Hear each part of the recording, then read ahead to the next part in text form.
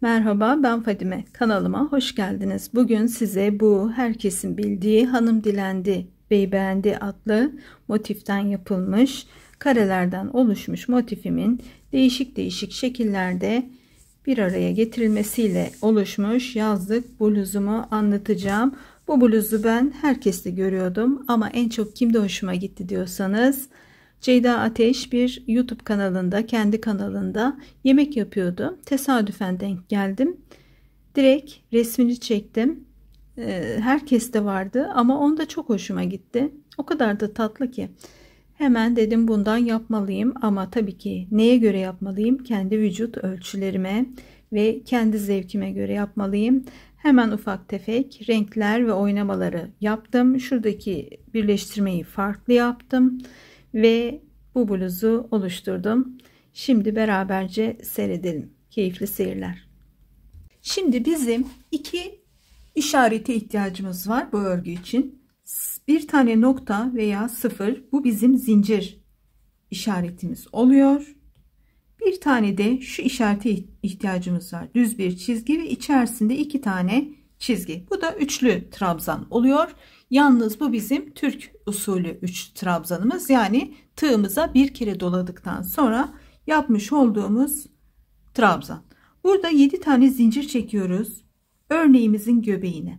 Hanım Dilendi'nin çok basit bir başlangıcı vardır ve ister küçücük bir motif yapın, 2 sıradan 3 sıradan oluşan, ister de 2 metreye 2 metre yatak örtüsü, battaniye örün, aynı mantıkla gider.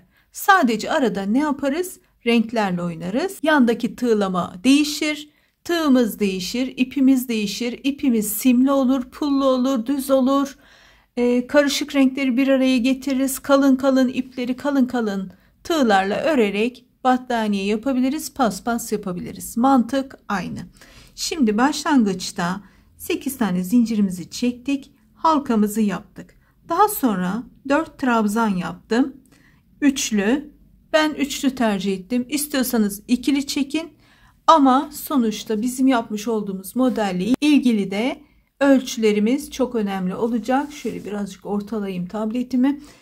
Bu noktaya geldikten sonra arkadaşlar burada da farklı bir renk kullanayım. Arada bir zincirle çekmiş olduğumuz köşelere 1, 2, 3, 4 tane trabzan yapıyoruz. Yine bir zincir ve tekrar 1, 2, 3, 4 trabzan yapıyoruz. Bu araya ben zincir çekmedim. Hemen yine köşeye atlıyorum. 1, 2, 3, 4. Tekrar bir zincir çekiyorum. 1, 2, 3, 4. Zincir çekmeden devam ediyorum. Burada yine şu noktadayım. 1, 2, 3, 4. Bir zincir. 1, 2, 3, 4. Çizimim için de kusura bakmayın. Tekrar zincirsiz çekiyorum. Batıyorum karşı tarafa. 1, 2, 3, 4 tane trabzan. Araya bir zincir. 1, 2, 3, 4 trabzan ve ikinci sıramız böyle. Üçüncü sırada tekrar renk değiştirmek istiyorum. Şöyle onu tekrar mı kırmızı yapsam? Mor yapalım. Ya da daha renkli bir arada seçilecek bir renk yapayım ki herkes daha net görsün. Üçüncü sıramızda turuncu olsun ve birazcık da şurada kalemimi incelttim. Burada yine aynı şekilde batıyoruz arkadaşlar. 1, 2, 3, 4 trabzan, bir zincir, 1, 2, 3, 4 trabzan. Burada zincirim yok. Aradaki boşluğa batıyorum. 1, 2, 3, 4 trabzan. Tekrar buraya batıyorum. 1, 2, 3, 4 zincir. 1, 2, 3, 4 trabzan. Böyle yapa yapa biz karelerimizi oluşturuyoruz ve istediğimiz kadar büyütüyoruz. Mantık bu. Eğer istiyorsanız ben şuralarda zincir yapmamıştım. Yapabilirsiniz. Şurada da bir zincir yapmıştım. Buraya da istiyorsanız 2 zincir yapabilirsiniz. Hanım Dilendi'nin ya da basit bir kare motifin yeni başlayanlar için anlatıyorum bunu. Çizimi de özellikle yapmak istedim. Gerçi biraz çirkin oldu ama siz mantığı anladınız. Böyle döne döne aynı şeyleri yapacağız. 4 trabzan, 4 trabzan bir zincir, 4 trabzan. Şurada zincir yapmadım ben. 1 2 3 4.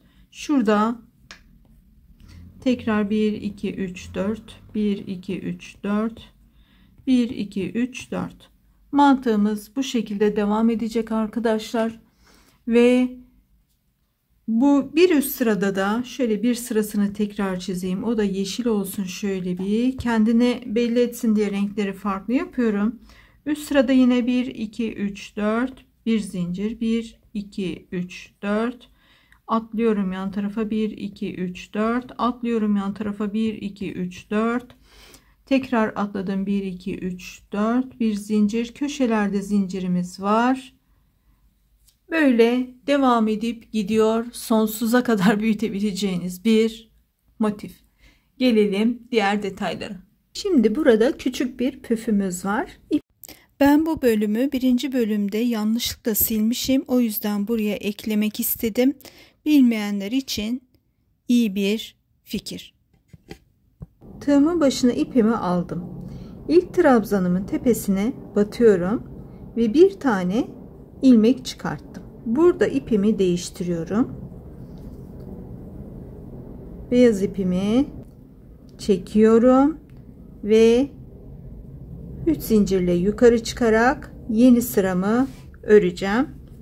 Evet, şimdi sizinle beraber şurada görmüş olduğumuz üçgen motifi yapacağız. Bu neden burada tepside diyorsanız bloklama yaptım. İlerleyen bölümlerde bunu da göreceksiniz. Kurumasını bekliyorum.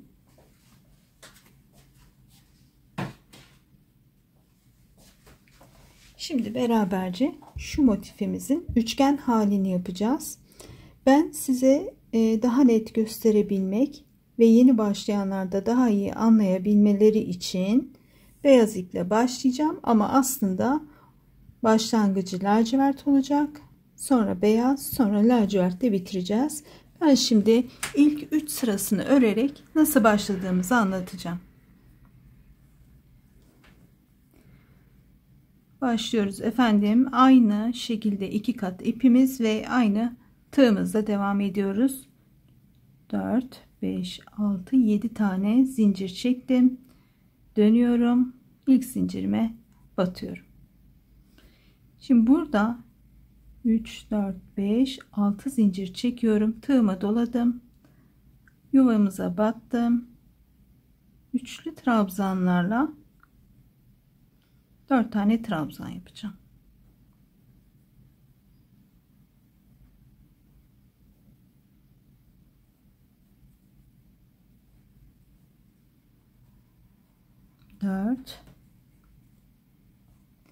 Bir tane zincir yapıyorum ve tekrar 4 tane trabzan yapacağım.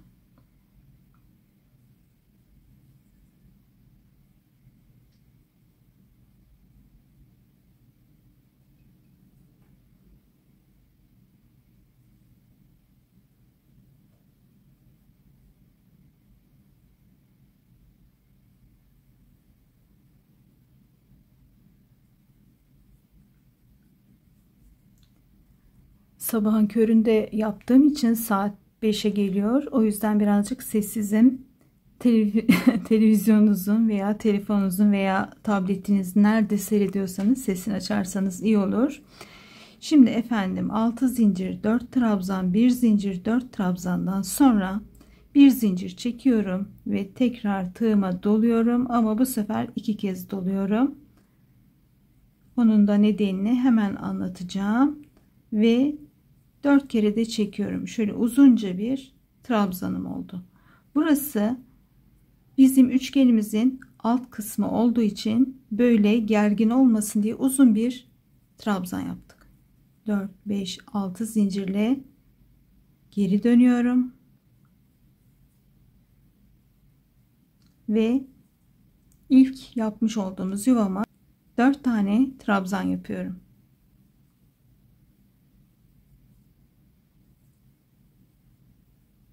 Arada yine zincir çekmedim. Ortadaki zincirimin olduğu boşluğa batıyorum. Yine 4 trabzan yapıyorum. Burası bizim üçgenimizin ortasındaki köşe bölümümüz oldu.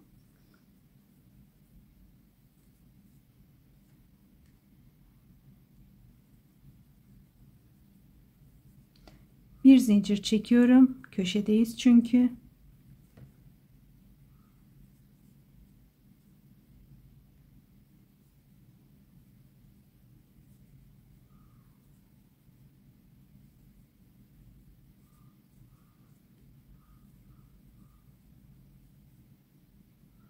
Ve tığıma doluyorum. Zincir çekmeden boşluğuma batıp 4 tane trabzan yapacağım.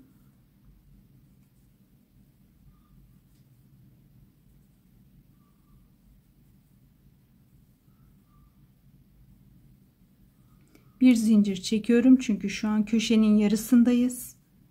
Tığıma 2 kez doladım. Yine aynı yuvaya battım. 1 2 3 ve 4 kere de çekiyorum. Şöyle uzunca yine trabzanımı yaptım. 3 4 5 6 zincir. Geri dönüyorum. Yarım köşemi yapıyorum. Aynı yuvaya battım. 1 2 3 4. Tığımın başına aldım. Şuradaki boşluğa bir tane dolgu yapacağım. 4'lü trabzan.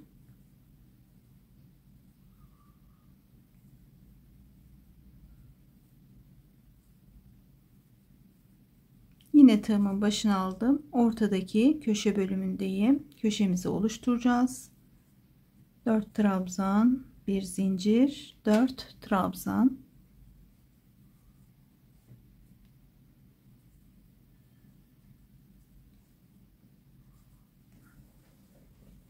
Birazcık ipimi açayım. Bu bizim zaten 3. sıramız, ortadaki son sıramız.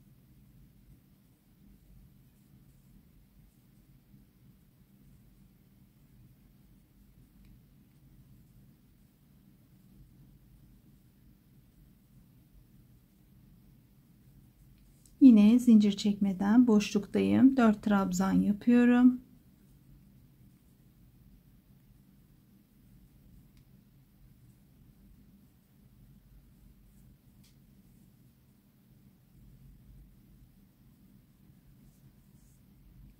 Ve zincir çekmeden sondaki boşluktayım. 4 trabzan daha yapıyorum. Yarım köşemdeyim şu an.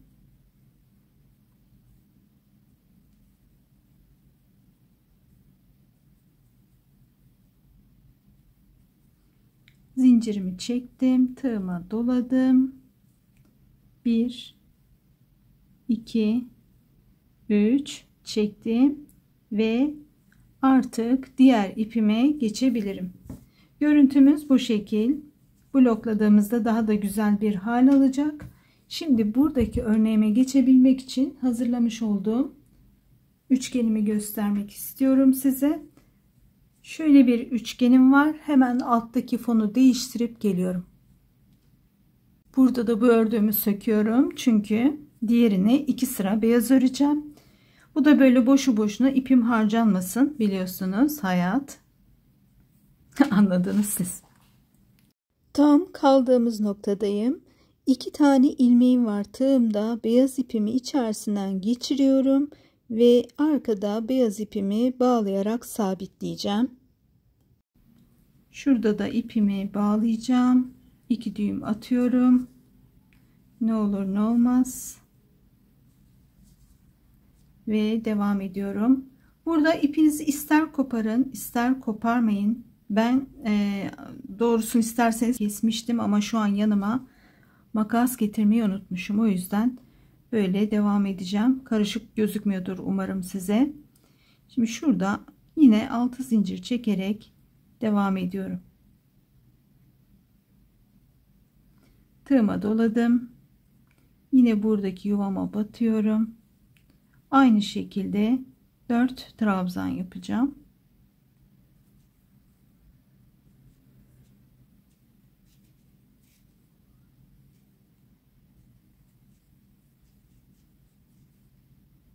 Aynı şekilde devam edeceğiz. Köşelerde 6 zincir, 4 trabzan, aralarda zincir yok. Her yuvaya 4 trabzan. Yine ortadaki bölümde 4 trabzan, bir zincir, 4 trabzan, 8 trabzan aynı yuvaya ve daha sonra yine zincirsiz 4 trabzanlarımız var aralarda ve sonda da 4 trabzan, bir zincir ve tığımıza 2 kez dolayarak yine aynı şekilde dörtlü trabzan yapacağız. Yani 4 kere de çektiğimiz uzunca bir trabzan yapacağız ve geri dönüp bir sıra daha beyaz öreceğiz. Sonra ipimizi kestiğimiz yerden veya ipimizin işinin bittiği noktadan lacivert ipimizi tekrar takıp 2 sırada lacivert öreceğiz. Daha sonra iplerimizi temizleyip bloklama işlemi yapacağım. Siz eğer yeni iple yapıyorsanız ve gerek duymuyorsanız yapmanıza gerek yok. Ben sökülmüş bir ip kullandığım için yaptım. Şu an çoğu parça bloklandı. Kurumalarını bekliyorum. Bazılarını iğneledim. Onların düzgün bir halde kurumasını bekliyorum ve bir kısmını da eklemeye başlayacağım birazdan. Dilerim hayal ettiğim kadar güzel olur. Bakalım siz de beğenecek misiniz? Bir kişi sadece seçenek belirtti. Sağ olsun. Dedi üçgen parça olsa daha iyi olur. Bence de, çünkü zaten saçak yapmayı herkes biliyordur. Ama yine de ilk kez bugün örgü örmeye başlayanlar için de minik bir saçak yapacağım. Belki o öyle yapmak ister. Belki üçgen parçada zorlanırım diye düşünebilir. Ama gördüğünüz gibi zor hiçbir tarafı yok. Sadece karenin yarısını örüyoruz. Başa ve sona dikkat ettiğimizde, baş ve son dediğimde şuradaki baş diyelim, şurası da son diyelim. Gerisi zaten kare parçanın aynısı. Sadece kare parçada sağ elle örüyorsanız saat yönünün tersine, sol elle örüyorsanız da saat yönünde örerek tek yönlü örüyorsunuz. Bütün örgünüz düz kısımda kalıyor. Ay, bir sivrisinek geldi, aman git. Ondan sonra korktum biraz. Ondan sonra bunda da yarım motiflerde de git gel şeklinde örüyoruz. Burada hemen sivrisineği görünce korkudan ne yaptığımı şaşırdım. Şurayı nasıl ördüğümü fark etmedim. Sona geldiğimizde bir zincir, 2 kez tığımıza doluyoruz. Bir ilmeği çektim. Bir kere de 2 ilmeği çektim. Yine 2 ilmeği çektim. 3. kez çekiyorum. 4. ilmeğimi de çekiyorum. Dörtlü bir trabzan. 1 2 3 4 5 6 ve dönüp yine bu yuvamın içerisine trabzanlarımı yaparak tamamlayacağım ve aynen burada olduğu gibi 7 sıra tamamladıktan sonra devam edeceğiz. O noktada buluşalım. Evet, motifimizin son hali bu. Bu motiften bir de lacivert örüyoruz dümdüz 7 sıra kadar aynı şekilde. Görüyorsunuz, aradaki farkı da göstereyim hazır burada kamera karşısındayken. Bu bloklanmış, bu da bloklanmamış hali, görüyorsunuz. Şuradaki bölüm bile ne kadar bloğun işe yaradığını gösteriyor. Şimdi efendim üçgen motifimizi ördük. Biliyorsunuz ben bu ipimi söktüm. Görüyorsunuz, kıvrım kıvrım. Eski değil ama örgü bir kazaktan söktüm. 12 kat var burada. 8 kat ile de buradaki motifimi ördüm. Şimdi bunu güzelce bir bloklayacağız ve böylece kıvrım kıvrım olan benim örgüm açılacak. Çok güzel bir hale gelecek. Bu da size gösterebilmek amacıyla küçük küçük kaplarla ve bir adet de üçgen motifle anlatım yapacağım. Ama aslında ben bunların hepsini daha büyük bir leğende uzun uzun beklettikten sonra, çünkü daha önce hiç yıkanmamış bir bluz, bir kere giydim ve söktüm biliyorsunuz. O yüzden böyle uzun uzun içerisinde kalmasını istiyorum ki iyice artık tüm lifleri ıslansın diye. Kabımda sadece su var, başka hiçbir şey yok. Bloklamak istediğim birkaç şey daha var. Daha büyük bir leğende hepsini bekleteceğim. Daha büyük bir alanda da bir masa üzerine kalınca bir havluyu 3-4 kat yaptıktan sonra Hepsini bir güzel hafif hafif sıkıp yayacağım. Daha sonra da bir yastığa iğneleyerek köşelerinden kare ve üçgenlerimin daha da belirgin olmasını sağlayacağım. Size de aşamalardan bahsedeceğim. Şimdi bunun beklediğini farz ediyoruz. Şöyle hafifçe sıkıyorum. Çok sıkmadım. Bakın sıksam iyice bayağı suyu çıkacak ama şöyle yeniden yapayım. Hafifçe sıkıyorum. Hala suyu içerisindeyken şöyle ben kabımı kenara alayım. Küçük minyatür tepsimi getirdim size. Mutfak havlusuyla beraber. 2 kat havlunun üzerine güzelce yayıyoruz. Şeklini veriyoruz elimizle ve kurumasını bekleyeceğiz. %100 kurumadan önce hafif nemliyken de bir havlu ile yine kuru bir havlunun üzerine bir yastık üzerine saracağım ve şu köşelerinden toplu iğne ile çekiştirerek şöyle kurumasını sağlayacağım ki yani ütü yapmama bile gerek kalmayacak. O aşamaları da göstereceğim. Hatta daha bunu profesyonelce satış yapanlar için de söyleyeyim. Bunların bazı marketlerde, Amazon, Temu gibi büyük marketlerde petleri var. Onları alıyorsunuz. Tek tek her noktadan iğneliyorsunuz. Eğer profesyonelce bu satışı her gün yapıyorsanız, her gün örüyorsanız alabilirsiniz. Ama ben uğraşamam diyorsanız, eskiden Temu mu vardı diyorsanız da elinizdeki kullanmadığınız havlularla yapabilirsiniz. Hatta küçük bir de size sır vereyim. Eski havlular apresi iyice gittiği için ve %100 pamuk havlular bu işi çok güzel görüyor. Eski pamuklu havlular bence bu iş için birebir zaten. O yüzden ne yapıyoruz? Değerlendiriyoruz. Şimdi bunun %90, %95 kurumasını bekleyeceğim. Devam edeceğiz. Merak bu ya. Bir de içerisine hiç örülmemiş ipimi de koydum. İyice apresi yumuşasın diye bastırıyorum. Aslında bunu bayağı bir bekletmem lazım. Çünkü dediğim gibi yıkanmadı daha önce hiç. Hafifçe çıkarıyorum. Ve ipimi de şöyle bir sererek denemek istiyorum. Acaba ne kadar açılacak? Yani görüyorsunuz zaten sermeme bile gerek kalmadı.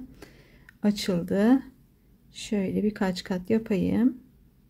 Hani böyle eskiden de hanımlar kurutucu falan yok tabii. Ne yapsınlar? Yıkıyorlar, iyice sıkıyorlar. Çırpa çırpa çırpa asıyorlar. Bence o mantık. Gördüğünüz gibi kuruyunca zaten bunun dümdüz olacağı belli.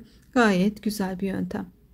Evet, size gösterebilmek adına bir kırlente yastık yüzü geçirdim ve beraberce blokladığımız örgümüzü gerginleştireceğiz.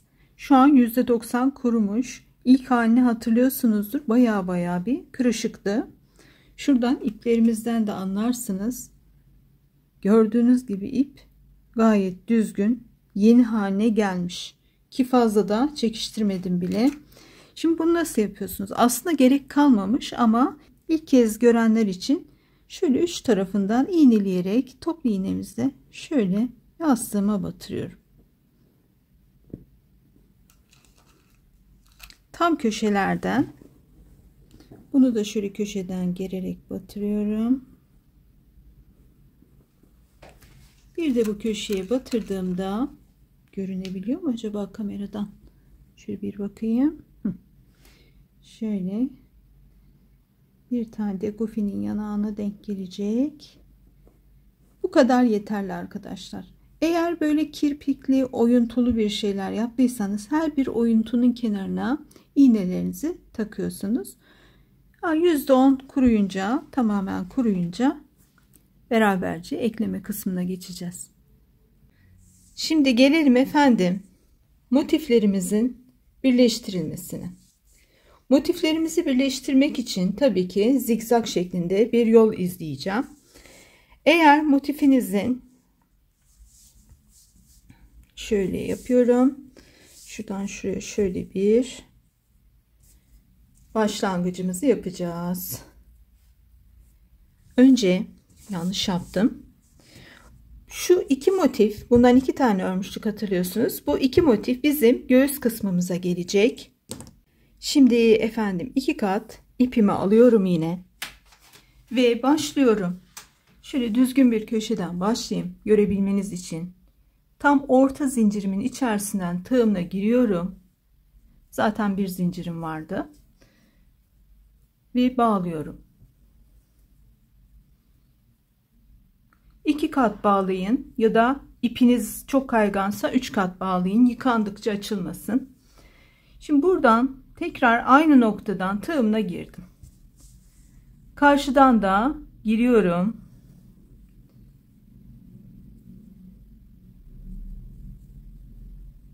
Ve sık iğne yapıyorum. Her bir yuvadan trabzanın tepesinden giriyorum.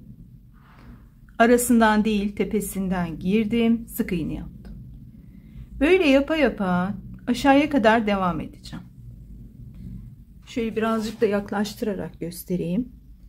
Şuradaki şu tepeden görünebiliyor mu acaba? Giriyorum. Karşıdaki trabzanın tepesine de girdim ve sık iğne yapıyorum.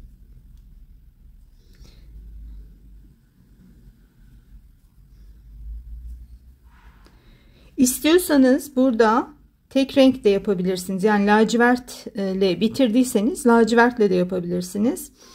Ama ben bluzumun birazcık daha yaza uygun, daha neşeli olmasını istedim ve beyaz da kenarda bir biye gibi durdu. Hoşuma gitti. Hemen açıp göstereceğim. Şurada bir tane daha yapayım. Şöyle bir görüntümüz var.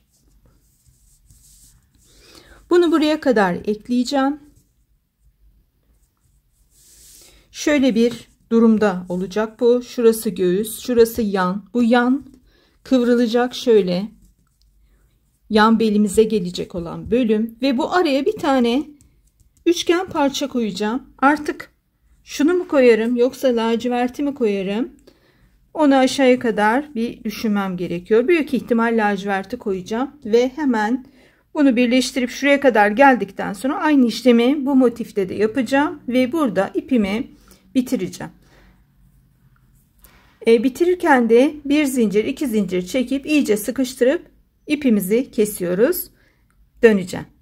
Evet efendim, burayı böyle yukarıdan aşağıya doğru bir güzel sık iğne ile birleştirdim. Daha sonra şunu fark ettim.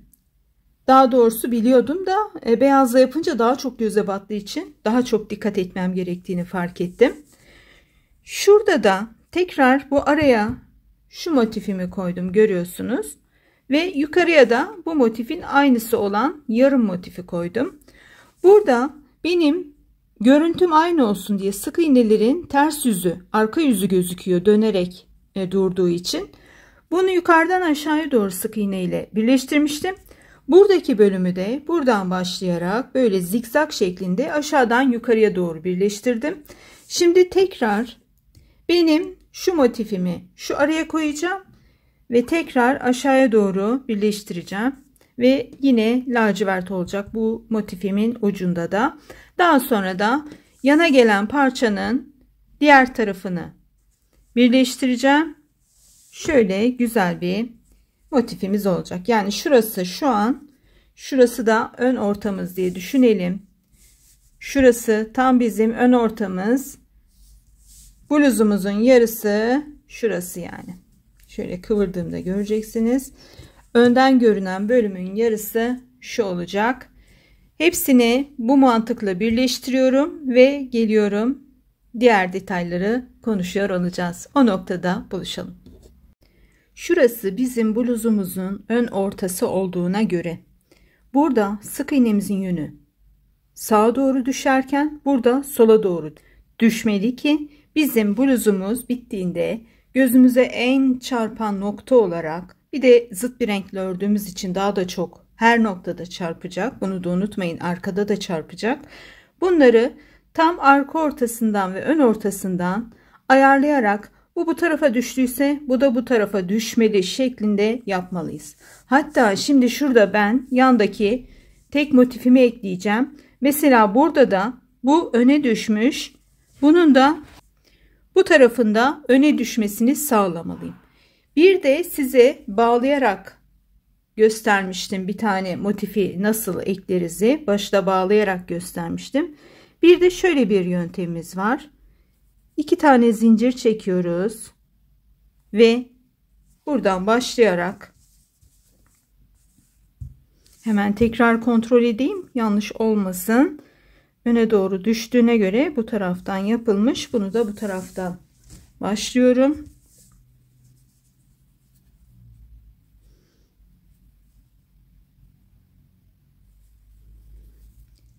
Ve aynı şekilde sık iğne yaparak devam ediyorum. Yani hem bağlayarak hem de 2 zincir çekerek başlangıcınızı yapabilirsiniz.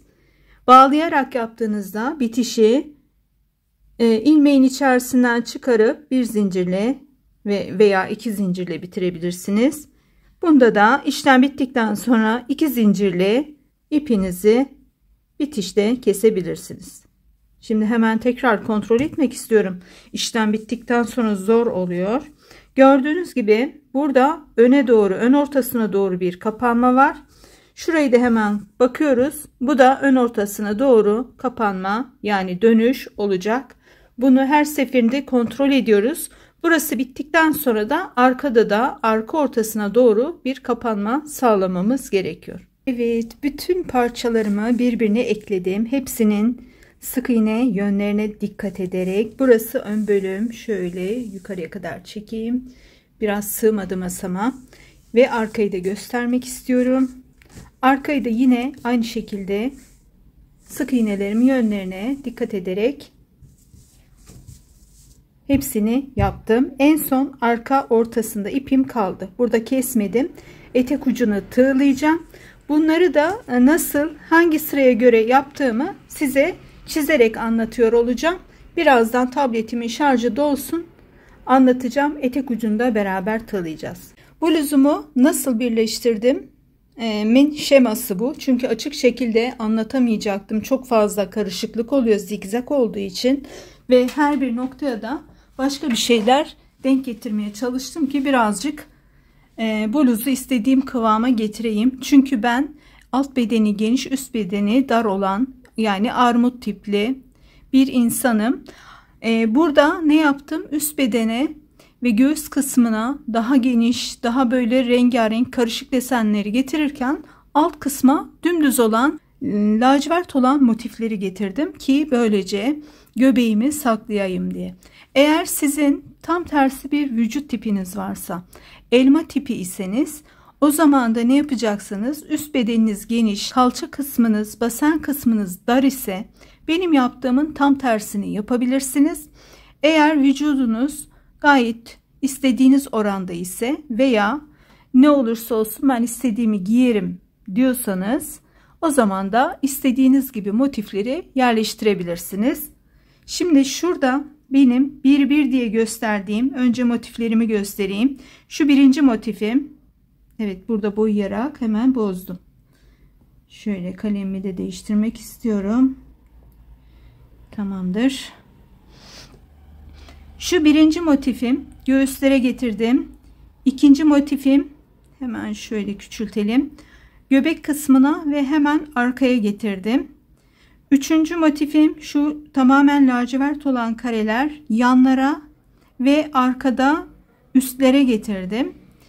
Beşinci motifim üçgen ve tamamen lacivert olan, onları olduğu gibi göbek hizama ve basenime yakın olan yerlere, alt kısma getirdim. Dördüncüyü de yine en üstte, arka ve öne getirdim. Şimdi şurası bizim ön, şurası da arka. Burayı baz alarak, eğer armut tipliyseniz veya benim yaptığım bluzu beğendiniz, ben ne olursa olsun ben böyle yapmak istiyorum diyorsanız bunu baz alıyorsunuz. Dediğim gibi önerime de dikkate alırsanız ve birazcık bir deneyeyim diyorsanız da benim yaptığımın tam tersini yapıyorsunuz. Şimdi devam ediyoruz. Tutmadan çekmek istiyorum. 1'den 2 motif, 2'den 2 motif, 3'ten 4 motif, 4'ten 2 motif, 5'ten de 4 motifimiz var. Yarım motifimizin başlangıç şeması bu.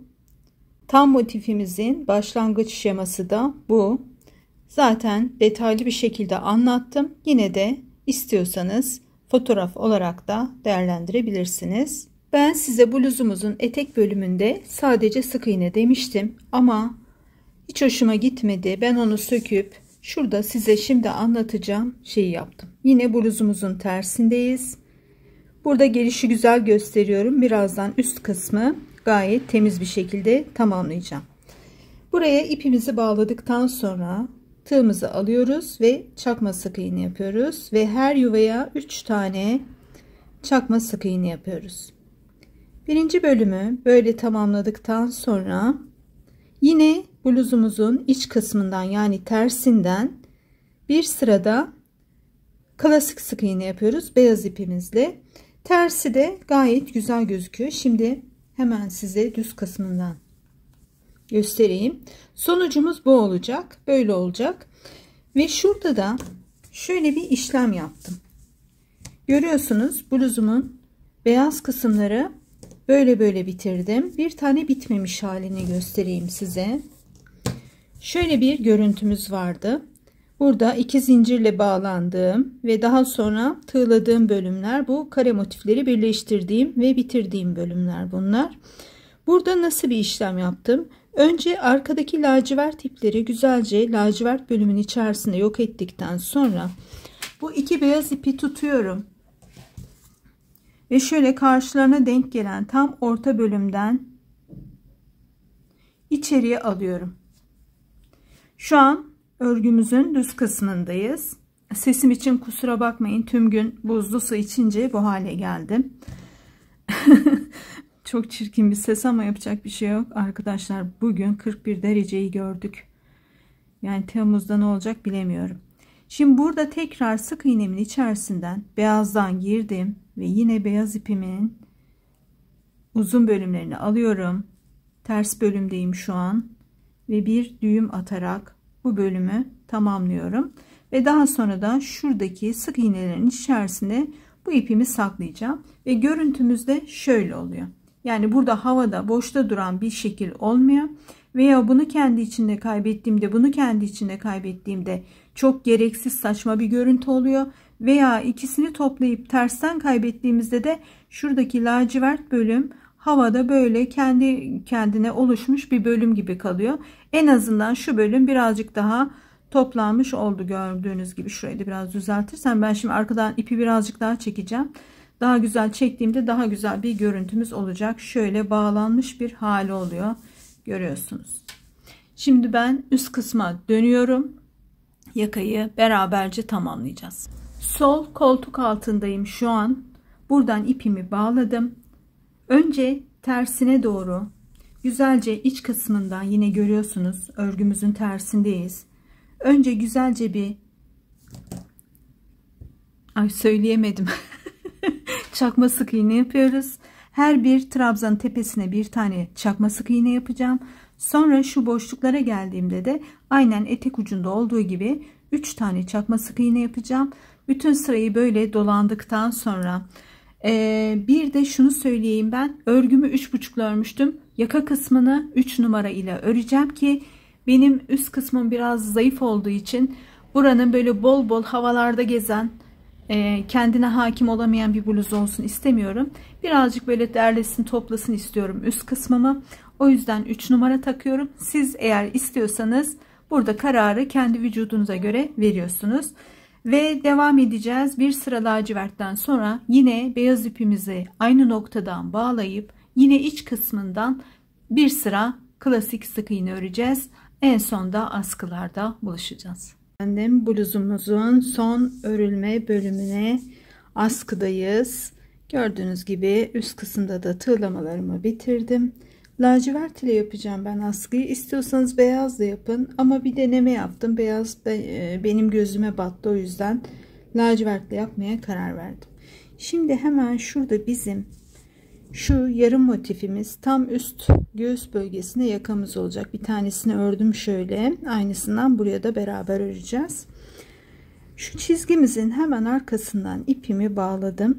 Ve bu arada İtalyan mercerizemde 3 kat.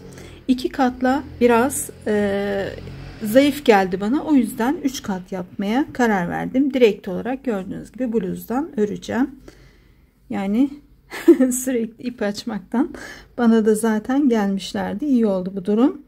Şimdi şurada hemen lacivert olan ilmeğin arkasından görebiliyor musunuz acaba?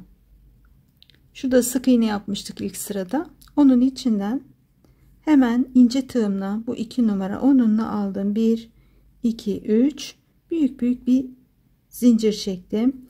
Çünkü neden?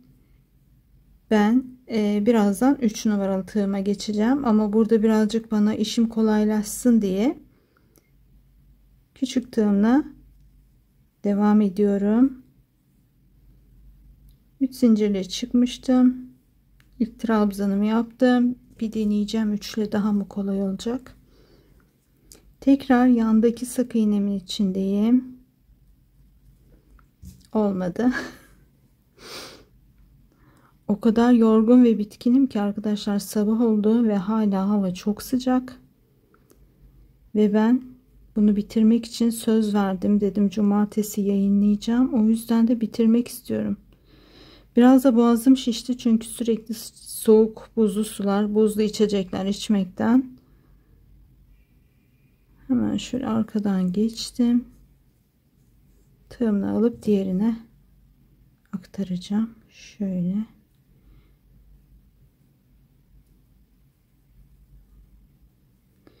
İkinci trabzanımı yaptım.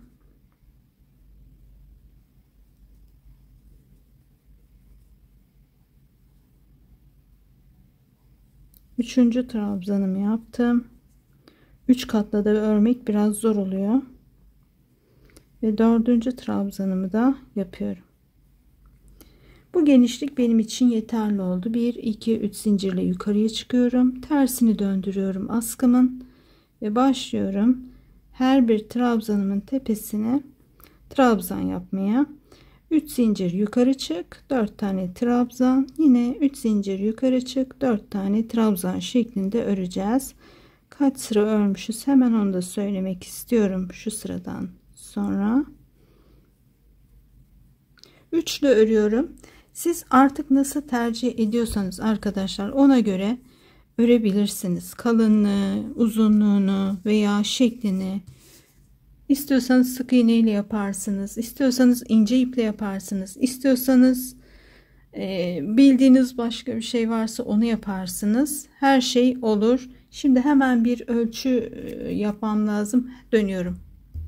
1 2 3 4 5 6 7 8 9 10 11 12 13 14 15 sıra örmüşüm. 2 4 6 8 10 12 14 15 sıra. Hemen bir santim olarak da size vereyim, bir fikir olsun size, ama illa bu kadar olacak diye bir şey yok. 22,5 santim kadar örmüşüm. Daha sonra ipimi birazcık burada bıraktım. Arkaya tam bunun karşısına denk gelen yakamızın kenarına, şuraya içten beyaza dokunmadan lacivertten güzelce iğne ile dikeceğim sıkı sıkı ve askımız bitmiş olacak. Buradaki askımı da aynı ölçüde bitirdikten sonra detaylarda buluşuyoruz. Şimdi eğer bunu bu alttaki üçgenler olmadan yapmak istiyorsanız şu 4 tane üçgeni yapmıyorsunuz. Hatta benim gördüğüm Ceyda Ateş'in üzerindeki bluzda şu iki parça da yoktu. Sadece 3 önde 3 arkada, 2 tane de yanlarda kare parça vardı. Eğer püskül yapmak istiyorsanız da çok kısacık anlatacağım. Daha sonra size daha farklı ürünlerde püskülü detaylı da anlatırım. Şimdi şöyle bir kitap aldım elime. Defter olur, karton olur, her şey olur. Şöyle sarıyoruz ipimizi. İstediğiniz santime göre bir şey buluyorsunuz. Artık 15 santim mi istiyorsunuz, 20 santim mi istiyorsunuz, daha fazla mı istiyorsunuz? Ona göre böyle bol bol ipinizi sarıyorsunuz. Böyle bayağı bir sarıyorsunuz. Ben şu an size küçücük anlatıyorum. Daha sonra şuradan makasımızla kesiyoruz bir tarafını. Kestikten sonra diyelim ki şu da bizim kesmiş olduğumuz bir parça. Buradan istediğimiz kadar sayıyı elimize alıyoruz. Şöyle diyelim ki şu uçtan başlayarak da püskül takıyoruz. Şuradan tığımıza girdik.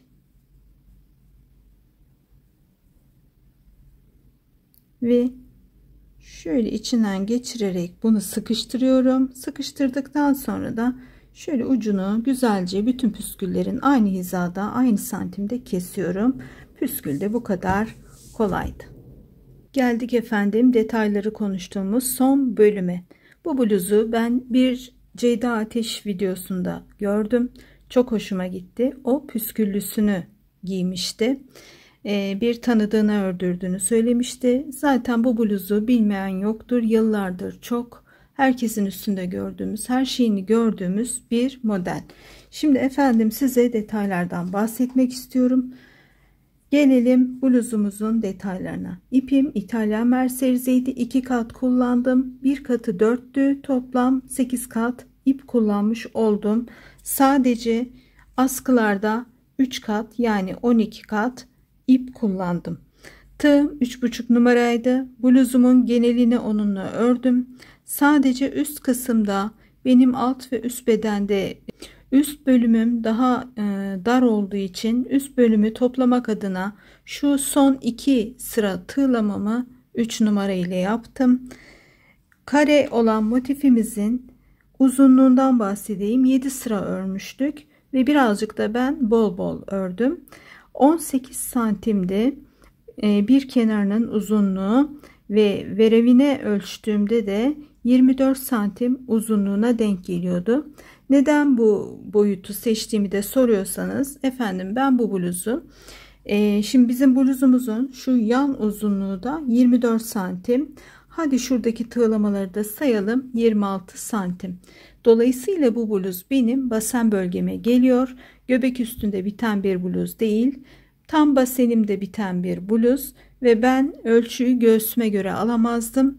Hep size anlattığım gibi hangisi genişse ve nerede bitiyorsa ona göre yapıyoruzu. Şimdi daha net anlayacaksınız. Ben bu bluzu basene göre yaptım. Çünkü göğüs bölgem daha dar. 24 çarpı 4 motif kullandım. 2 önde 2 arkada verevinden ölçtüğümüzde 98 santim etti. Bu da benim basenime denk gelen bir ölçüydü. Şu aralardaki minik tığlamalarla da bu bluz yaklaşık bir 100 santimi buldu. Beden olarak şu an bilmiyorum 100 santim basende kaç oluyor, göğüste kaç oluyor. Lütfen her zaman dediğim gibi göğüs, beden ve baseni ölçüyorsunuz. Hatta bunu uzatmak istiyorsanız, tuniğini, elbisesini yapmak istiyorsanız kalçayı da ölçüyorsunuz. Ve hangisi genişse ona göre yapıyorsunuz. Çünkü burada benim motiflerin boylarıyla oynama gibi bir şansım yok. Oynarsam motifler birbirine denk gelmeyeceği için eklemelerim de yamuk yumuk olacak. Hiçbir güzel bir düzgün bir sonuç çıkmayacak. Şimdi motiflerimiz hanım dilendi motifiydi. Hiç sevmiyorum, görüyorsunuz buraya da işaretimi yaptım ama neye yarar artık toplumda bu motif kabul edilmiş. Kare olan bir sürü motifle bunu yapabilirsiniz. Şişle de örüp yapabilirsiniz. Dümdüz bir ucundan başlayıp 18 santim zincir çekip dümdüz örüp onu da yapabilirsiniz. Trabzanlarla veya sık iğnelerle. Her şeyden olur, yeter ki yapmak isteyin. Ama ben amacıma ulaştım. İnce ip, kalın tığ veya şiş yöntemiyle sanki şişte örülmüş gibi yumuşacık bir bluzum oldu. Bir de güzel bloklama yaptım. O da incelmesine ve daha düzgün görünmesine katkı sağladı. Şöyle de bir de bakarsanız ütülenmemiş bir bluz bu. Yani ütülenmiş halini gerek duymadım ütülemeye. Şöyle bakın, yumuşacık bir şey oldu. Gerçekten çok hoşuma gitti. Size de tavsiye ederim. Arkası da hemen şöyle çevirelim. Arkası da böyle arkadaşlar. Arkada daha çok lacivertleri kullandım. Yanlarda lacivertleri kullandım ki ne yaptım? Belim ince gözüksün diye ve basenlerde de tamamen hepsini lacivert kullandım.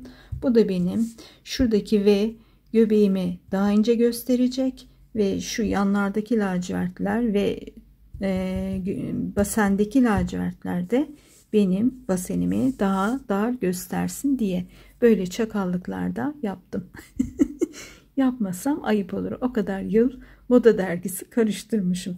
Şimdi hemen kilosunu da tartıyorum ve şöyle sağ köşeye falan yazıyorum. Geliyorum.